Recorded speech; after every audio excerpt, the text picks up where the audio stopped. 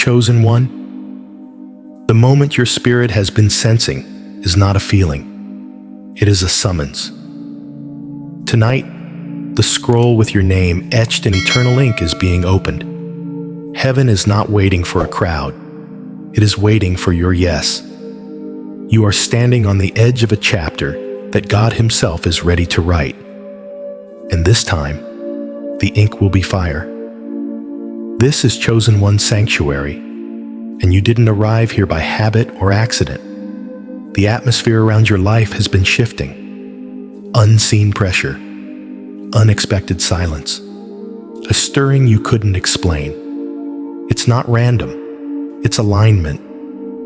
You're not just approaching a new season, you're approaching your scroll. Scripture tells us in Revelation chapter 5 that only the Lion of Judah has the authority to open what has been sealed. And right now, He is roaring over your name. That unease you've been feeling, it's not confusion, it's transition. That restlessness isn't weakness. It's your spirit remembering the assignment heaven never forgot. Because before you were misunderstood, you were marked. Before you were broken, you were built. And before this night ever reached your clock, it was scheduled on heaven's. Stay with me, because in the next few moments, we're going to expose the real reason the enemy attacked you so early. We're going to uncover why every delay, every betrayal, and every silence has been preparing you for this. The chapter you feared might never come. God is ready to write it now. But the pen moves when you do. Let's begin. You were marked before you were named. Before a doctor ever spoke your name. Before your family held expectations. Before the world placed its labels on your back. Heaven had already whispered your purpose into the womb. You were not a mistake. You were not a coincidence. You were a divine blueprint, woven by the fingers of God in the secret place, assigned a mission before breath ever filled your lungs. The book of Jeremiah declares it plainly. Before I formed you in the womb, I knew you. That knowing was not casual. It was covenant. God didn't just know of you. He knew you intimately, intentionally, eternally. There are those in this life who are formed for ordinary function. But then there are those who are formed with fire in their bones. A fire that cannot be explained, only carried. The chosen ones. They never quite fit, even as children. While others laughed freely, they watched quietly. While others followed the crowd, they felt the pull of another voice, not louder, but deeper. Their sensitivity wasn't a flaw. It was the fingerprint of divine assignment. Heaven marked them early. And when earth could not interpret that mark, it tried to erase it. You may not remember when it began, but the battles found you early. The rejection, the misunderstanding, the weight. You were handed things no child should have carried, but you did. Because your spirit was already built for something your mind had not yet grasped. That deep ache you've never been able to explain, that was the Spirit reminding you. You were known before the chaos, set apart before the confusion, sent before the resistance ever began. There is a kind of loneliness that only the marked understand. It does not mean you are abandoned. It means you are hidden, not because you are not loved, but because you are too dangerous to be exposed too soon. Heaven protects what carries weight, and you, chosen one, carry more than a story. You carry a scroll. Some have spent their whole lives trying to earn what God already assigned, running from the whisper that keeps coming back in the silence. But there is no outrunning what was written in eternity. Because when God marks you, He does not erase His fingerprints. He waits for your surrender. And that moment, that holy agreement, unlocks everything. But to reach that unlocking, you must first understand why the war around you has never made sense, why the pressure has never matched the stage. The answer lies in the next revelation, because the warfare isn't proof that you're weak. It's proof that the enemy read your scroll too, and he's terrified of what's inside. Every attack was a clue to your calling. There is a pattern in the spirit realm that those marked by God eventually discern. The attacks that came earliest, hit hardest, and made the least sense are rarely random. They are prophetic. They are spiritual indicators that reveal what hell fears most about your future. Chosen one, you have to understand this. The enemy doesn't waste resources on the insignificant. If the warfare came young, if it came unexpected, if it came through the very places you should have been safest, it's because something holy was growing in you, and darkness detected it.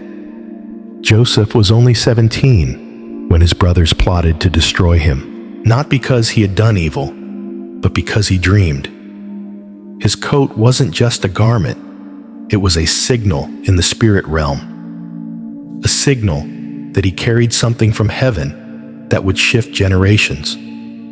So the pit came, the betrayal came, the false accusations came, but none of it canceled the dream.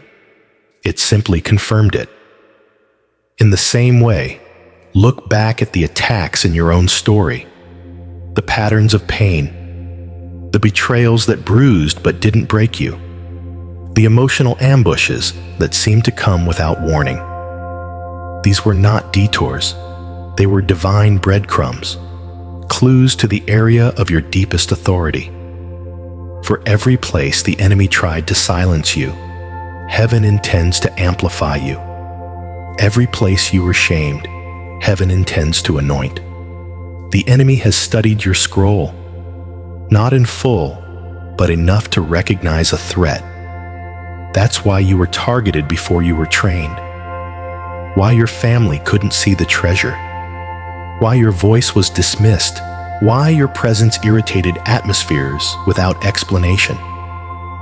It's because your very existence disturbs the systems of darkness. You were not born to blend in. You were born to disrupt. But here lies the danger. When you don't recognize the attacks for what they are, you begin to internalize the warfare as identity. You start to believe the lie that you're cursed, when in reality, you are carrying a curse-breaking mantle. You begin to shrink under the very pressure that was meant to reveal your power.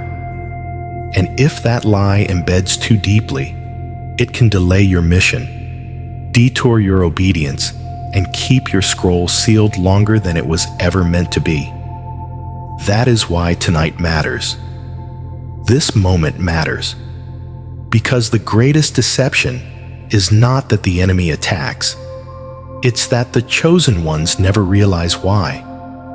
They mistake the assignment as punishment instead of preparation. They bow to the burden instead of rising into the authority it calls forth. But when your eyes open, when your spirit connects the pain to the purpose, the scroll begins to unroll. Chosen one, the warfare was not a sentence. It was a signal. And the moment you stop running from what attacked you and start rising into what it revealed, everything changes. There is still another mystery to unfold, because not every delay is the enemy's doing. Some are God's. And when heaven hides you, it is not rejection. It is consecration, a furnace reserved only for those who carry fire. The wilderness was not a detour. It was a furnace. There is a place in every chosen one's journey where the noise dies down, the crowd disappears, and all that remains is silence. No applause, no answers, no clear direction, just desert. And it's in that desert, the place where dreams seem to dry up and identity begins to blur, that God does his most intimate, most invisible, most powerful work. Not in the spotlight, but in the shadows. Not in the palace, but in the wilderness. Chosen one, you thought you were being delayed, forgotten, pushed aside. But the wilderness wasn't punishment. It was preparation. It wasn't a detour from your calling. It was the furnace that forged the authority you will need to carry it. Look at Moses.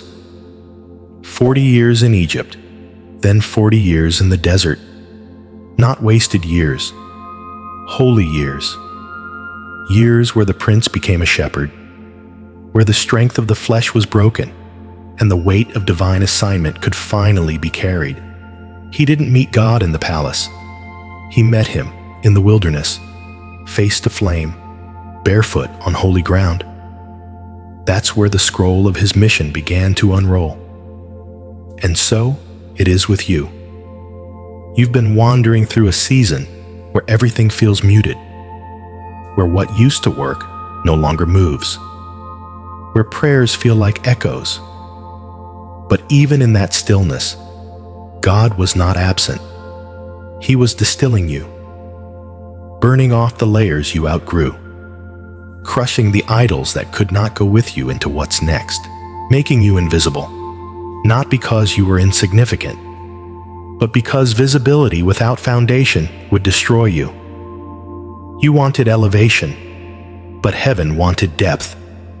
You asked for clarity, but heaven gave you consecration.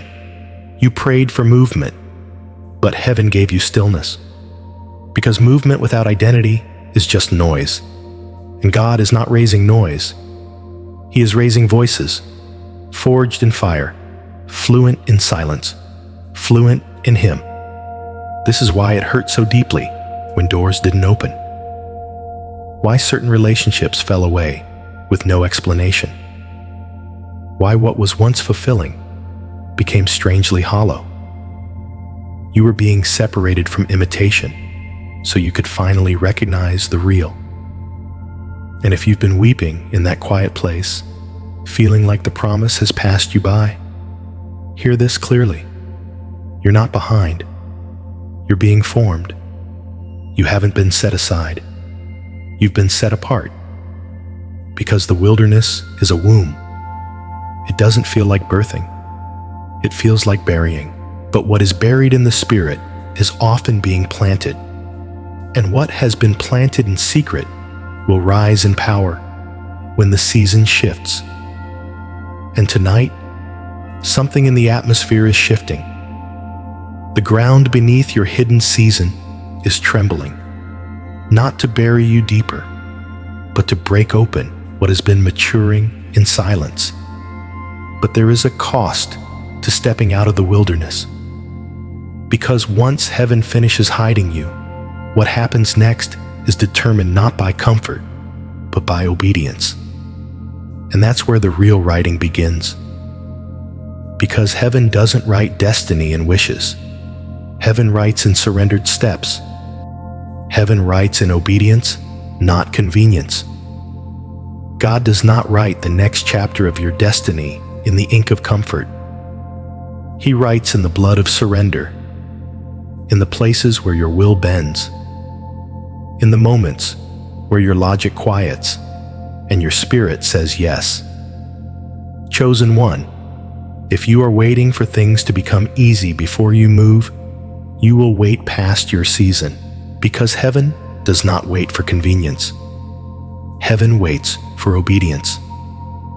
There are scrolls still sealed, not because the enemy holds them captive, but because the chosen ones have hesitated at the threshold of sacrifice.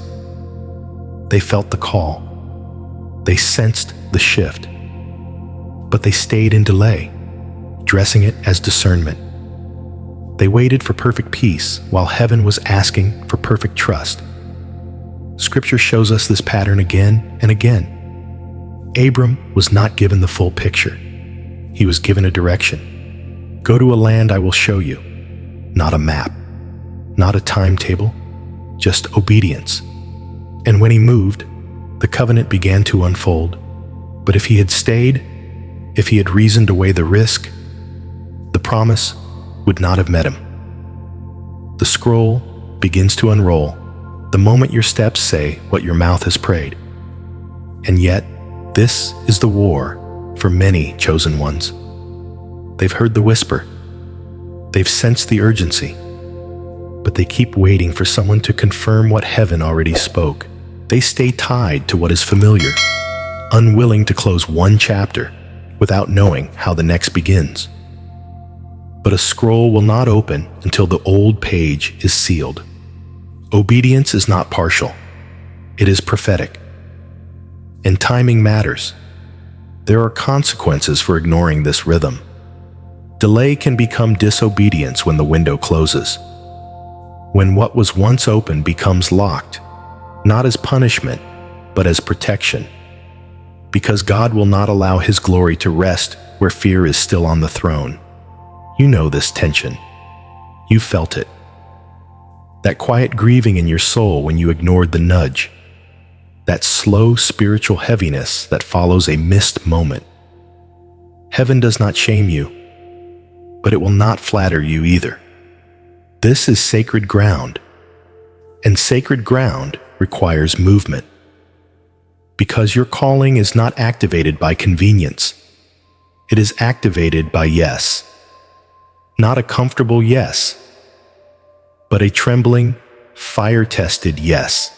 The kind that lays down reputation, familiarity, pride, and walks by faith into what cannot be explained. And this is why your next chapter is not being delayed by lack of promise. It is waiting for full surrender. Because the scroll doesn't need your certainty, it needs your steps. But what if your obedience is not just about your future? What if the cost of hesitation is not just delay, but disconnection from the very lives you were born to impact? That's the mystery unfolding next.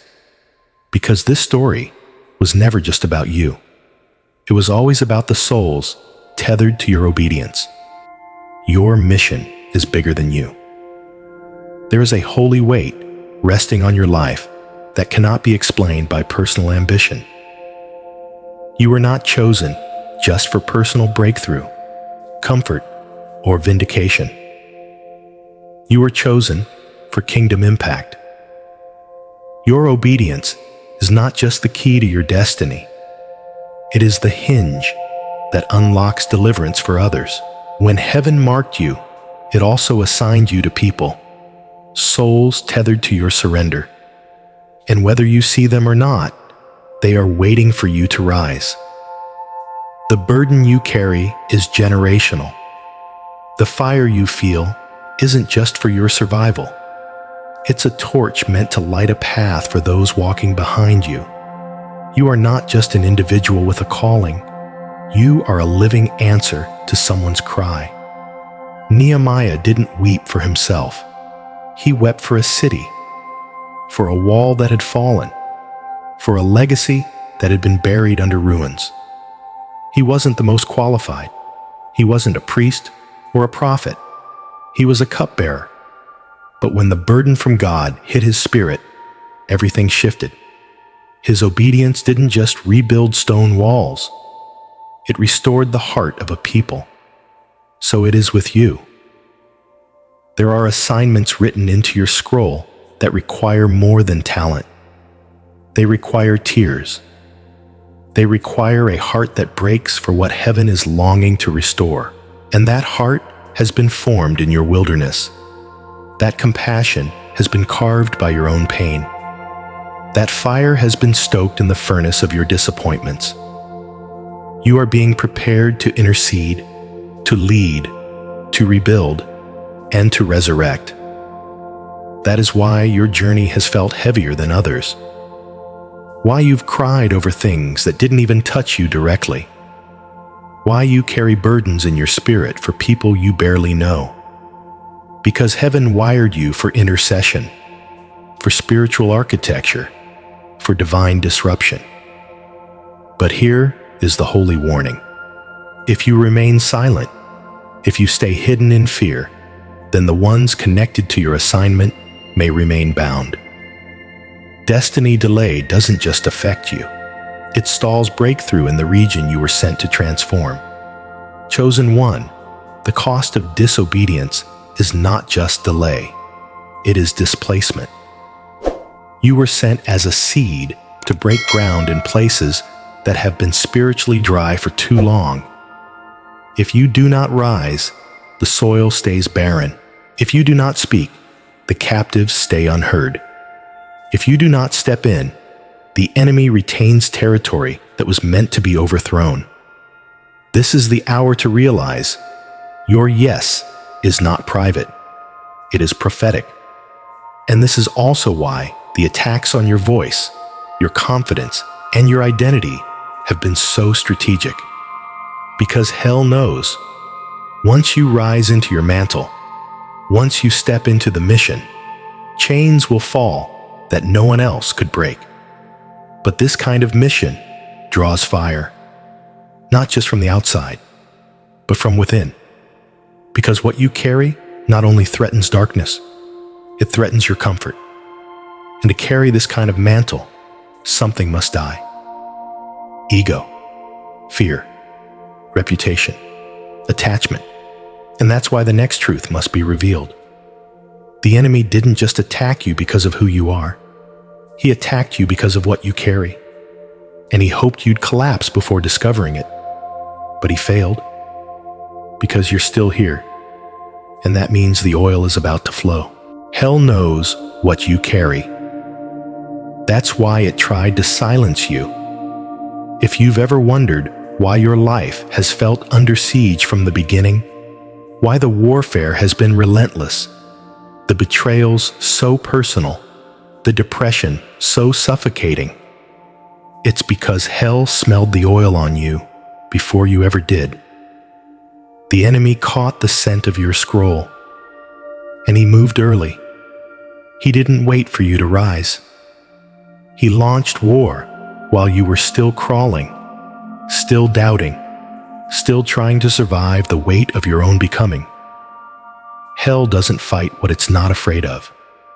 Every silent battle you fought, every time your voice was muffled, every moment you questioned your sanity in rooms that dismissed your discernment, it was all strategic, not by God, but by the adversary who knew your voice would one day shake atmospheres, that your words would not entertain, but awaken, that your obedience would release captives, not just metaphorically, but spiritually, prophetically, generationally. Look at Jesus. Before he preached a single sermon, before he healed a single body, hell came for him as an infant. Herod issued death over a generation just to eliminate one voice, not because Jesus had yet moved in power, but because the power he carried had been identified in the unseen. The same is true for you. You weren't attacked because you were weak. You were attacked because you were weaponized, formed in the secret place to carry oil that can't be bought, authority that can't be copied, a weight that can't be faked. The enemy wanted to distort your lens early, because if he could confuse how you saw yourself, he could delay how you stepped into who you are. He hoped to bury you under labels. Too emotional, too sensitive, too intense. He hoped you'd believe the lie that your discernment was delusion, that your passion was pride, that your gift was just a burden. But something in you refused to die, even when you laid low, even when you broke down in silence, even when you convinced yourself that playing small was safer. The fire in your belly never truly went out. And that fire, that holy unrest, is proof. You are not just called, you are carrying something sacred. And now, what was once under attack is about to be unleashed. Because once a chosen one recognizes that the battle was never about their past, but about their potential, everything changes. The warfare becomes fuel. The rejection becomes clarity. The silence becomes intimacy. But you must know this. What you carry is not for decoration. It is for deployment. You were not preserved to be popular. You were preserved to be powerful. And when that oil begins to flow, it draws opposition, yes. But it also awakens alignment. Because heaven never wastes anointing. What was formed in fire now demands a stage. Not for spotlight, but for surrender. And the scroll does not stay sealed forever. It waits for one thing. The realization that you were never meant to blend in. You were always meant to break open. Because once the chosen recognizes their weight, what comes next is no longer warfare. It is unveiling.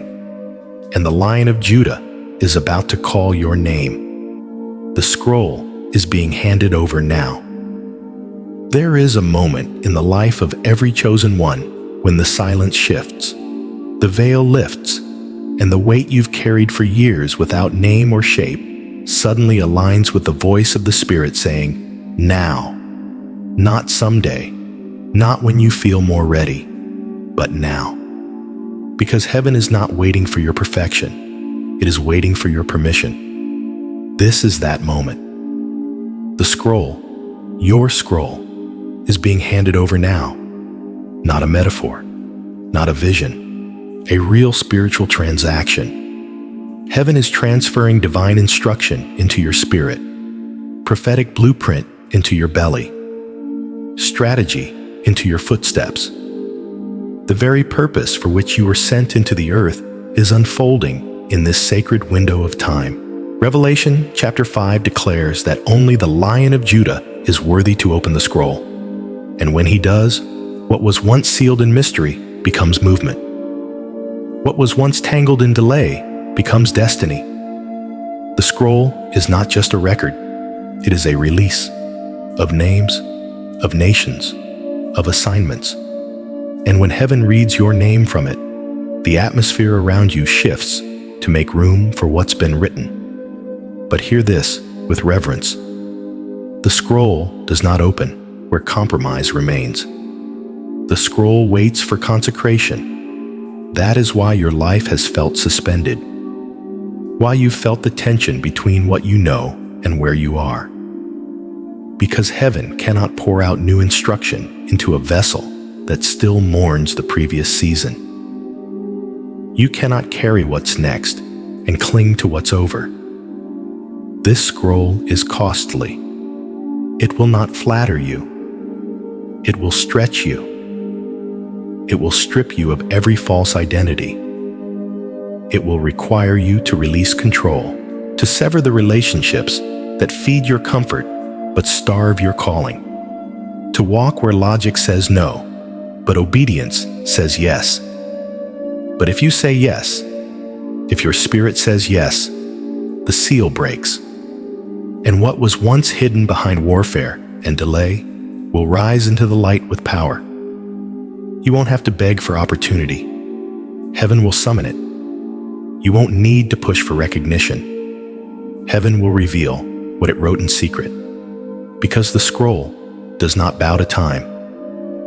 Time bows to the scroll. And in this moment, if your spirit is trembling, if your chest feels like it's burning with something you can't explain, it is not emotion. It is encounter. You are being handed something holy, something weighty, something eternal. And how you respond now will determine not just your next step, but the unlocking of generations tied to your obedience. So take a breath, because what comes next will cost you everything comfortable, but it will give you everything consecrated. And that is the only ground sturdy enough to hold what heaven is about to build through you. There is a cost to this chapter, but there is glory too. Every chapter written by the hand of God demands something sacred in exchange, not because his love must be earned, but because his glory must be guarded. Chosen one, what you're stepping into cannot be carried with casual hands. The next chapter will not be cheap. It will cost you everything that was built on fear, pride, comfort, and delay. But in its place, it will give you something eternal, glory that cannot be stolen. Scripture does not hide this truth.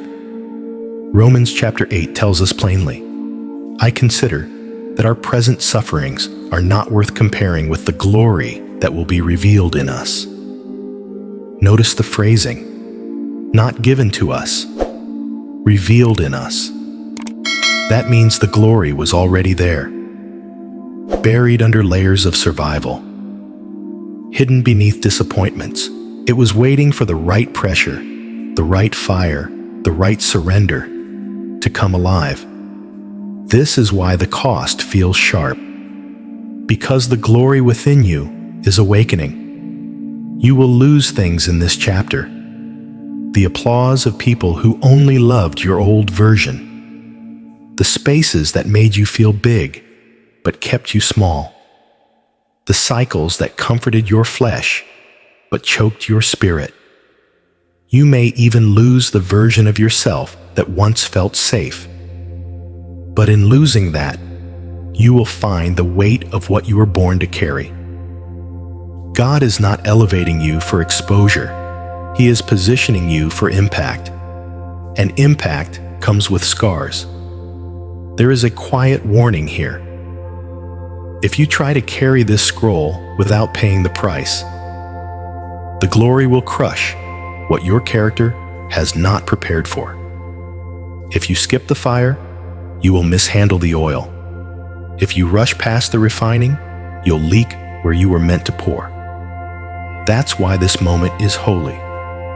Because if you surrender now, the oil will flow clean.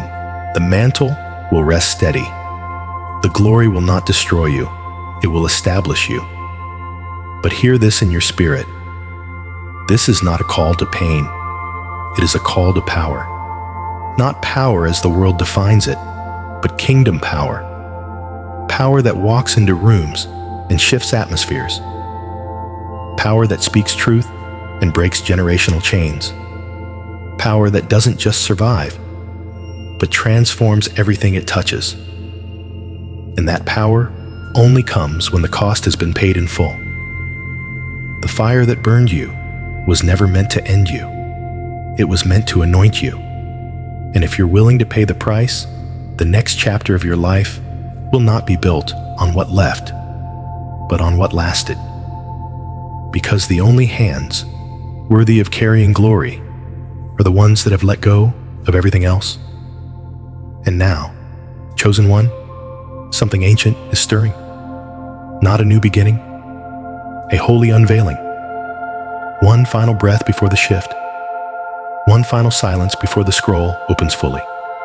You're not starting over, you're starting right.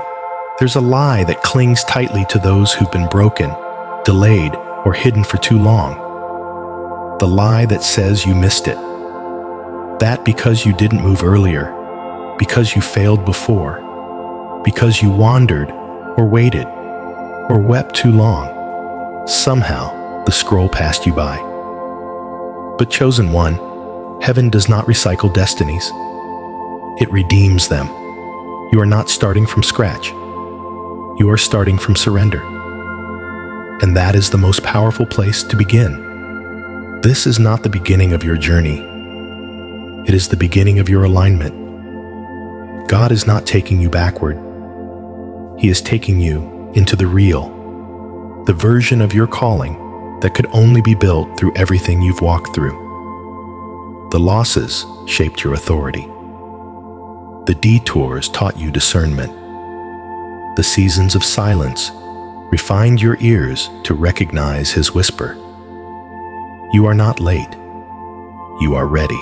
The old way had to fall apart so the true foundation could be laid. One not built on people-pleasing, performance, or borrowed fire, but on intimacy, on clarity, on truth. And while others ran ahead in their own strength, you were learning the rhythm of divine timing. You were being reintroduced to the voice of the one who doesn't need a crowd to call you chosen. That's why now, as this scroll opens, what flows from your life will not be noise. It will be weight. It will not be copy. It will be consecration. And it will not be familiar.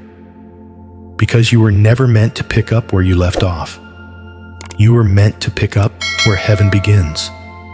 So no, you're not too late. You're not too far gone. You're not disqualified.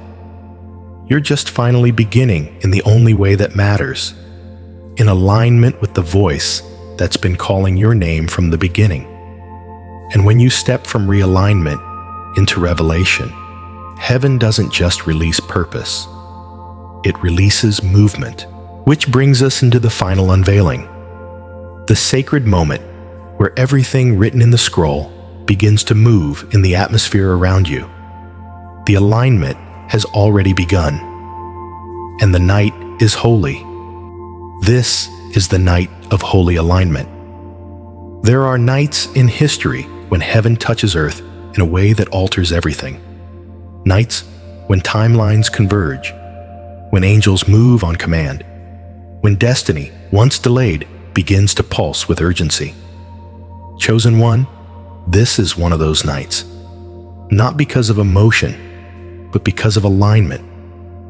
Everything that once felt tangled, the delays, the questions, the aching prayers, is now finding its thread. You may not see it fully, but in the spirit, the gears have shifted. What was locked is unlocking. What was hazy is clearing. The hand of God is aligning your inner life with His eternal blueprint. Daniel once prayed and waited 21 days for a response, unaware that from the very first moment he set his heart to understand, the answer had already been released. But there was warfare in the invisible, delay in the unseen. Still, alignment was underway. And when the appointed night arrived, the breakthrough came with angelic force. So it is with you. The alignment you're sensing isn't hype. It's heaven. The trembling in your chest, the sudden clarity in your spirit, the shift in your relationships, the dreams that have returned with fire. These are not coincidences. They are confirmation. God is not simply blessing your life. He is positioning it. And alignment demands response. This is not the night to look back. It is not the night to question your worth. It is not the night to wait for another sign. This is the night to step, because alignment is time sensitive. Windows open and then they close. Scrolls are released, but they are not read aloud forever. What you do with this moment will echo far beyond your lifetime. The souls assigned to your voice, the lands tied to your obedience, the atmospheres meant to shift under your feet. All of it waits for your agreement. This is the night when the buried becomes visible, when the hidden becomes established, when the scroll you carry stops being potential and starts becoming manifestation. Let the fire that formed you become the fire that leads you. Let your yes shake what silence never could. And let the glory that rests upon your name awaken the reason you were sent. Because now, chosen one, now the scroll is open, the pen is moving, and the author has already begun to write. There's a sacred mystery hidden in the way God moves, how He chooses the overlooked, hides the powerful in plain sight, and writes the greatest stories through the ones who almost gave up. What the world dismisses, heaven anoints. What feels like delay is often the weight of eternity pressing in, waiting for one surrendered vessel to say yes. Chosen one, your story has never been about arrival. It's always been about agreement. Agreement with the scroll written before time. Agreement with the fire that shaped you in secret. Agreement with a God who sees beyond your fear and still calls you forward. And maybe that's the mystery that lingers now. That glory rarely comes when you feel strong. It comes when you feel emptied, when there is nothing left to cling to but Him. That's when heaven writes. So if you feel weak, trembling, uncertain, good, that means you're ready. Because God does not need your strength. He needs your surrender. You are not behind. You are not forgotten. You are not too late. You are a scroll carrier, a fire bearer, a chosen vessel. And the greatest chapter of your life has just begun. If this word stirred something deep in your spirit, take a moment to like this message as an act of spiritual agreement. Share it with someone whose destiny might be one yes away from unlocking. And subscribe to Chosen One's Sanctuary so you never miss the next divine revelation waiting to meet you right on time. Leave a comment below with your reflections, questions, or confirmations. What did God highlight for you? What scroll is being handed to you in this season? Your voice may be the confirmation someone else is waiting for. Until next time, walk boldly, carry the fire, and remember, you were chosen long before they saw you coming. Heaven already knew.